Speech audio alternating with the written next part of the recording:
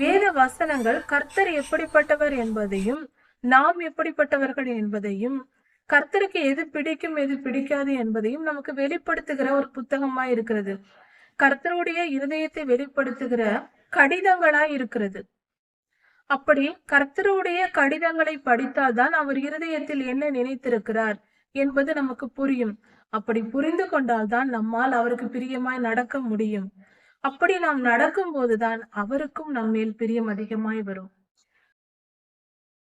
நம்முடைய பிதாவாகிய தேவனுடைய அன்பும் ஆண்டவராகிய இயேசு கிறிஸ்துவின் கிருபையும் சமாதானமும் உங்கள் அனைவரோடும் கூட என்றென்றைக்கும் இருப்பதாக. தலைப்பு: நான் உன்னை விட்டு விலகுவதும் இல்லை, உன்னை கைவிடுவதும் இல்லை. லேவியராகமம் 23ஆம் அதிகாரம். கர்த்தரின் பண்டிகையான எக்கால பண்டிகை 5ஆம் பண்டிகையாக கொடுக்கப்பட்டிருக்கிறது. இது கர்த்தர் நமக்கு கொடுத்திருக்கிற பண்டிகை. இது கர்த்தருடைய எடுத்துக்கொள்ளப்படுதல் நடக்கிற சம்பவத்தை குறிப்பதாக இந்த பண்டிகை கொடுக்கப்பட்டிருக்கிறது. ஒவ்வொரு பண்டிகையும் கர்த்தருடைய ஒவ்வொரு செயல்களை குறிப்பதாக இருக்கிறது. முதல் 3 பண்டிகைகளும் கர்த்தருடைய முதல் வருகையை குறிப்பதாகவும், 4வது பண்டிகை பெந்தகோஸ்தே பண்டிகை பரிசுத்த ஆவியானவரின் வருகையை குறிப்பதாகவும், 5ஆம் பண்டிகை எக்கால பண்டிகையை குறிப்பதாகவும், பாவ நிவாரண பண்டிகை கர்த்தருடைய நியாய தீர்ப்பு நாள் கர்த்தருடைய 2ஆம் வருகையை குறிப்பதாகவும், கூடார பண்டிகை 1000 வருட அரசாட்சியை குறிப்பதாகவும் உள்ளது. இப்பொழுது 5ஆம் பண்டிகையான எக்கால பண்டிகையை குறித்து தியானித்து வருகிறோம். இது எடுத்துக்கொள்ளப்படுதலை குறிக்கிறது என்று தியானித்தோம். இதற்கு ஆதாரமாக 1 கொரிந்தியர் 15ஆம் அதிகாரம் 51, 52 வசனங்களும், வெளிப்படுத்தல் 10ஆம் அதிகாரத்திலும் 11ஆம் அதிகாரத்திலும் கொடுக்கப்பட்டிருக்கிறது. 7ஆம் தூதன் எக்காலம் ஊத போகிற போது இந்த காரியம் நடக்கும் என்று.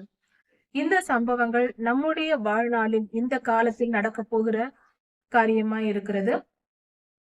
இந்த எடுத்துக்கொள்ளப்படுதலில் எப்பொழுது நடக்கும் என்றால், உபத்திரவ காலம் தொடங்கி 3.5 வருடங்கள் முடியும்.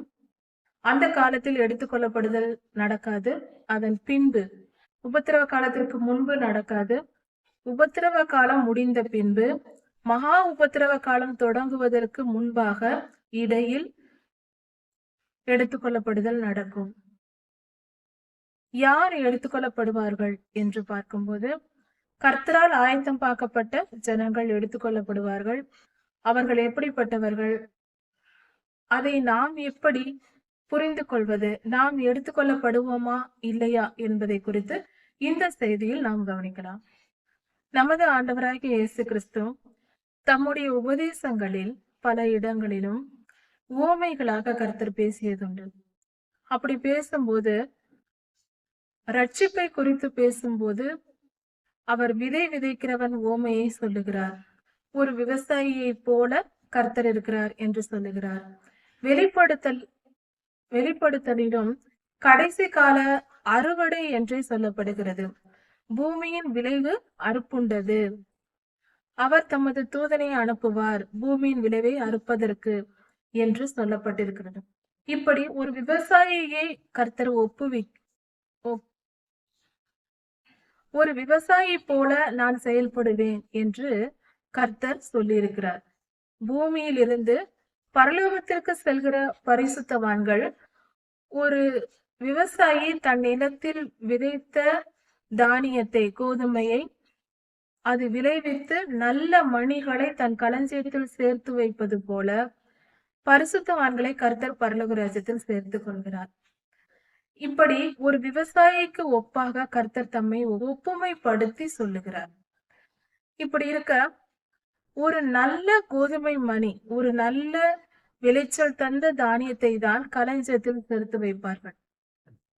கொஞ்சம் பதராக, சரியாக முற்றாத, பிஞ்சாக இருக்கிற தானியங்களை சேர்த்து வைக்க மாட்டார்கள். அதே போல வெறும் அந்த மணியே இல்லாமல் வெறும் காய்ந்து உலர்ந்து போனதாக இருந்தாலும் சரியாக விளையாத கதிர்களையும் அதை சேர்த்து வைக்க மாட்டார்கள். அதை அக்னிக்கு ஒப்பு கொடுத்து விடுவார்கள். இதுதான் ஒரு விவசாயினுடைய மனநிலை. அதே போல கர்த்தரும் முழுமையாக்கப்பட்ட ஜனங்களை தான் எடுத்துக்கொள்வார். முழுமை என்பது அவர்களுடைய மனநிலையை குறிக்கிறது. முற்றிலும் முழுமையாக கர்த்தரை நேசிக்கிறவர்கள், கர்த்தருடைய பிள்ளைகள், நான் அவரை நேசிக்கிறேன் என்றால் அதற்கு அடையாளம் என்ன?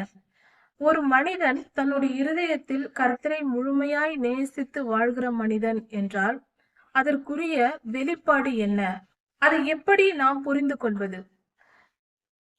கர்த்தர் அதை மனிதன் வெளிப்படுத்த வேண்டும் என்று சொல்லுகிறார் என்று வைத்துக் கொள்வோம். எதை வைத்து இவர் உண்மையாக கர்த்தரிடத்தில் அன்பு கூறுகிறார் என்று நாம் எதை வைத்து கண்டுபிடிப்பது? அவர்களுடைய செயலில் எப்படி அது வெளிப்படும்? கர்த்தர் மேல் வைத்திருக்கிற அன்பு எப்படி உலகத்தில் வெளிப்படுகிறது?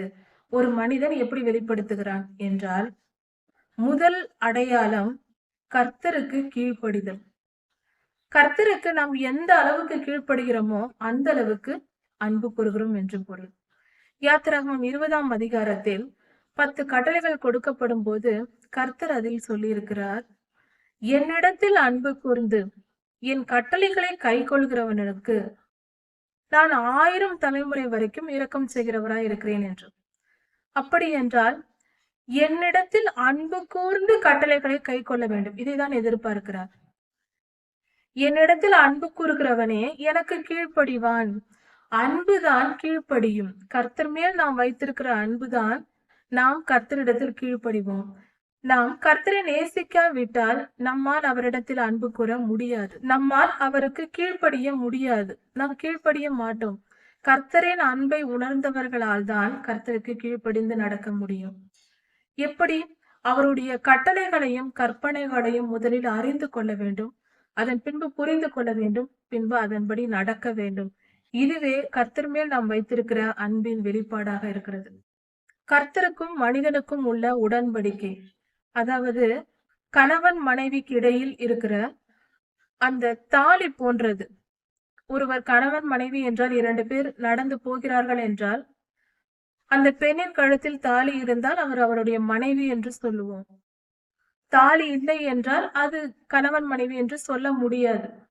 அதே போல கர்த்தருடைய பிள்ளைகள் யாராயிருந்தாலும் அவர்கள் கர்த்தருடைய வேத வசனத்தை தங்கள் இருதயத்தில் சுமக்க வேண்டும், வேத வசனங்களால் நிரம்பி இருக்க வேண்டும், அதை புரிந்து வைத்திருக்க வேண்டும், அதன்படி நடக்க வேண்டும். அப்படிப்பட்டவர்களை உண்மையான கிறிஸ்தவர்கள். அவர்களே கர்த்தருடைய வழிகளில் நடக்கவும் அவர்களால் முடியும். அப்படிப்பட்டவர்கள் தான் கர்த்தருக்கு பிரியமானவர்களாய் இருப்பார்கள். அவர்களே எடுத்துக் கொள்ளப்படுவார்கள். அவர்களால் தான் கர்த்தரிடத்தில் முழு அன்பை செலுத்த முடியும். வேத வசனங்கள் கர்த்தர் எப்படிப்பட்டவர் என்பதையும் நாம் எப்படிப்பட்டவர்கள் என்பதையும் கர்த்தருக்கு எது பிடிக்கும் எது பிடிக்காது என்பதையும் நமக்கு வெளிப்படுத்துகிற ஒரு புத்தகமாய் இருக்கிறது. கர்த்தருடைய இருதயத்தை வெளிப்படுத்துகிற கடிதங்களாய் இருக்கிறது. அப்படி கர்த்தருடைய கடிதங்களை படித்தால்தான் அவர் இருதயத்தில் என்ன நினைத்திருக்கிறார் என்பது நமக்கு புரியும். அப்படி புரிந்து கொண்டால்தான் நம்மால் அவருக்கு பிரியமாய் நடக்க முடியும். அப்படி நாம் நடக்கும் போதுதான் அவருக்கும் நம்மேல் பிரியம் அதிகமாய் வரும். அதனால் ஒரு உறவு என்பது அங்குதான் உற்பத்தி ஆகிறது. கர்த்தருடைய வசனங்களை நாம் கேட்டு புரிந்து அறிந்து கொண்டு எந்த அளவுக்கு நாம் உறுதியாய் இருக்கிறோமோ, வேத தியானத்தில் நாம் எந்த அளவுக்கு உறுதியாய் இருக்கிறோமோ அந்த அளவுக்கு கர்த்தரிடத்தில் அன்பு கூர்ந்து பரிசுத்தமாய் வாழ முடியும். நம்முடைய பரிசுத்தத்தை அளக்கிற அளவுகோலாக வேத வசனங்கள் இருக்கிறது. வேதாகமத்தை நாம் எந்த அளவுக்கு தியானிக்கிறோமோ அந்த அளவுக்கு நமக்கு அது பிரயோஜனம் உள்ளதாக, நம்மை அதிகமாய் பரிசுத்தப்படுத்துகிறதாக இருக்கிறது. எந்த அளவுக்கு கர்த்தரையே தியானித்துக் கொண்டு இருக்கிறோமோ நம்மளுடைய நேரத்தை, நம் நினைவுகளின் நேரத்தை கர்த்தர் சொல்லி இருக்கிறார். கடைசி காலத்தில் 1 தெசலோனிக்கேயர் 5ஆம் அதிகாரம் 4ஆம் அதிகாரங்களில் கொடுக்கப்பட்டிருக்கிறது, எப்பொழுதும் ஜெபம் பண்ணி விழித்திருங்கள் என்று. எபேசியர் 6ஆம் அதிகாரத்திலும் சொல்லப்பட்டிருக்கிறது 18ஆம் 17ஆம் வசனங்களில், எப்பொழுதும் ஜெபம் பண்ணி விழித்திருங்கள் என்று. எப்பொழுதும் எப்படி ஜெபித்துக் கொண்டிருக்க முடியும் என்றால், எப்பொழுதும் முழங்காலிட்டு ஜெபித்துக் கொண்டே இருக்க வேண்டும், நம்மளுடைய வேலைகளை செய்யாமல் குடும்ப காரியங்களை கவனிக்காமல் என்று பொருள் அல்ல. நாம் எதை செய்தாலும் நினைவுகள் நம் கர்த்தரிடத்தில் இருக்க வேண்டும் என்பது பொருளாகிறது. அதாவது அதிகமாய் வீணாக நேரத்தை வீணடிக்க கூடாது. முதல் காரியம், நம் நேரம் முழுவதும் கர்த்தருக்கு சொந்தமானது என்று ஒப்புவிக்க பழக வேண்டும். இரண்டாவது, நம் வீட்டில் இன்னொரு ஒரு வாரத்திற்குள் ஒரு திருமண காரியம் நடக்கப் போகிறது என்று வைத்துக் கொண்டால், இன்றைய அன்றாட வேலைகளை நாம் செய்யாமல் இருக்க மாட்டோம். இதையும் செய்வோம். ஆனாலும் அந்த திருமண காரியத்தை நினைத்துக் கொண்டு அதற்கான ஆயத்தத்தையும் செய்து கொண்டேதான் நம் அன்றாட வேலைகளை செய்வோம். அதே போல எப்பொழுதும் கர்த்தருடைய வார்த்தைகளை நம் மனதில் நினைத்துக் கொண்டே நம்மளுடைய அன்றாட வாழ்வை வாழ வேண்டும். இதுதான் அதன் பொருள். இப்படி நாம் கர்த்தருக்கு பிரியமாய் வாழ, அவரை முழுமையாய் நேசித்து, முழு அன்பு கர்த்தர் மேல் வைத்து விட்டால், இதற்கு இப்படி அப்படி என்று சொல்லித்தர தேவையே இல்லை. தானாகவே நாம் செயல்படுவோம். நாம் கர்த்தரிடத்தில் அன்பு செலுத்துவதுதான் மிக மிக முக்கியமான காரியமாய் இருக்கிறது. நாம் ஒருவரை நேசிக்க தொடங்கிவிட்டால் அவருக்கு என்ன பிடிக்குமோ அதை நாம் செய்து கொண்டே இருப்போம். நாம் உண்மையாய் கர்த்தரை நேசிக்க தொடங்கினால், அவர் அன்பை புரிந்து கொண்டால் நாம் அவரை நேசிப்போம். அவரிடத்தில் நாம் அன்பு கூறும்போது அவருக்கு பிரியமாய் நடக்க தொடங்குவோம். வேத வசனத்தை தியானிக்கும் போதுதான் அவரை நாம் அறிந்து கொள்ள முடியும். அவர் அன்பையும் அவருடைய வழிநடத்துதலையும் நம் வாழ்க்கையில் அனுபவித்து புரிந்து கொள்ளலாம். படித்து மட்டும் அல்ல, வேத வசனத்தை தியானிக்கும் போது கர்த்தர் நம்மோடு கூட நடப்பார். நம் வாழ்க்கையில் ஒவ்வொரு காரியங்களையும் செய்து காட்டுவார். கெமிஸ்ட்ரி படிக்கும் போது பிராக்டிக்கல் செய்வோம். அப்படி நாம் பிராக்டிக்கலாக அதை செய்து பார்க்கும்போது முழுமையாக அதை புரிந்து கொள்வோம், எந்த ஒரு ஃபார்முலாவையும். அது போல கர்த்தர் நாம் வேதத்தை தியானிக்க சொல்வார். நாம் தியானித்துக் கொண்டிருப்போம். நம் வாழ்க்கையில் நடக்கிற சம்பவங்களும் அதற்கேற்றபடியே வரும். நாம் ஆதியாகமம் முதல் வேத வசனத்தை தியானிக்க ஆரம்பித்தால் அது வரிசையாக அதே போல நம் வாழ்க்கையிலும் பல சம்பவங்கள் நடக்கும். இப்படி கர்த்தரே அப்படிப்பட்ட சம்பவங்களை ஏற்படுத்தி நமக்கு அவருடைய வல்லமையை புரிய வைக்கிறார். இன்னும் பல அதிசயங்கள் உண்டு. வேதத்தை தியானிக்கும் போது பலவிதமான அற்புதங்களும் அடையாளங்களும் வேத வசனம் தான் நமக்கு ஆதாரமாக இருக்கிறது. வேத வசனத்தை தியானித்து அதிகமாய் நம்மை சுத்திகரித்துக் கொள்ளும் போது எடுத்துக்கொள்ளப்படுவதற்கு நாம் ஆயத்தமாய் இருப்போம். பரிசுத்தம் தான் ஆயத்தத்திற்கு அடையாளம். எடுத்துக்கொள்ளப்படுபவருக்கு அடையாளம் பரிசுத்தம் தான். அந்த பரிசுத்தம் வேத வசனத்தை தியானிப்பதினால் வரும். இன்னொரு காரியம், எடுத்துக்கொள்ளப்படுபவர்கள் யார் என்றால் அதை நியமிப்பவர் கர்த்தரே. யாரை எடுத்துக்கொள்வேன் என்பதை அவரே முடிவு செய்வார், அவரே வெளிப்படுத்துவார். கர்த்தர் யார் யாருக்கு வெளிப்படுத்தி இருக்கிறாரோ, நீங்கள் எடுத்துக்கொள்ளப்படுவீர்கள் என்று யாருக்கு அவர் வெளிப்படுத்தி இருக்கிறாரோ அவர்கள் தான் எடுத்துக்கொள்ளப்படுவார்கள். நாம முயற்சி செய்து அந்த இடத்திற்கு போக முடியாது. கர்த்தரால் நாம முயற்சி செய்து செய்து நான் இதை செய்தால், நான் இவ்வளவு நேரம் ஜெபித்தால், இவ்வளவு நேரம் வேதம் வாசித்தால் நான் எடுத்துக்கொள்ளப்பட்டு விடுவேன் என்று நினைக்க கூடாது.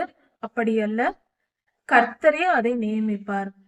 அது நமக்கு சொல்லப்படும், நீங்கள் எடுத்துக்கொள்ளப்படுவீர்கள் என்று தனியாக. இன்னொரு முக்கியமான ஒரு காரியம், யார் எடுத்துக்கொள்ளப்படுவார்களோ அப்படிப்பட்ட அந்த கூட்டத்தார் கர்த்தரோடு சஞ்சரித்து கொண்டிருப்பார்கள். இதற்கு வேத ஆதாரம் ஆதியாகமத்திலேயே இருக்கிறது.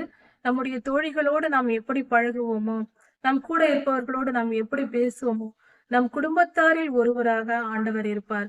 அவரோடு நாம் பேசி பழகி கொண்டு இருப்போம்.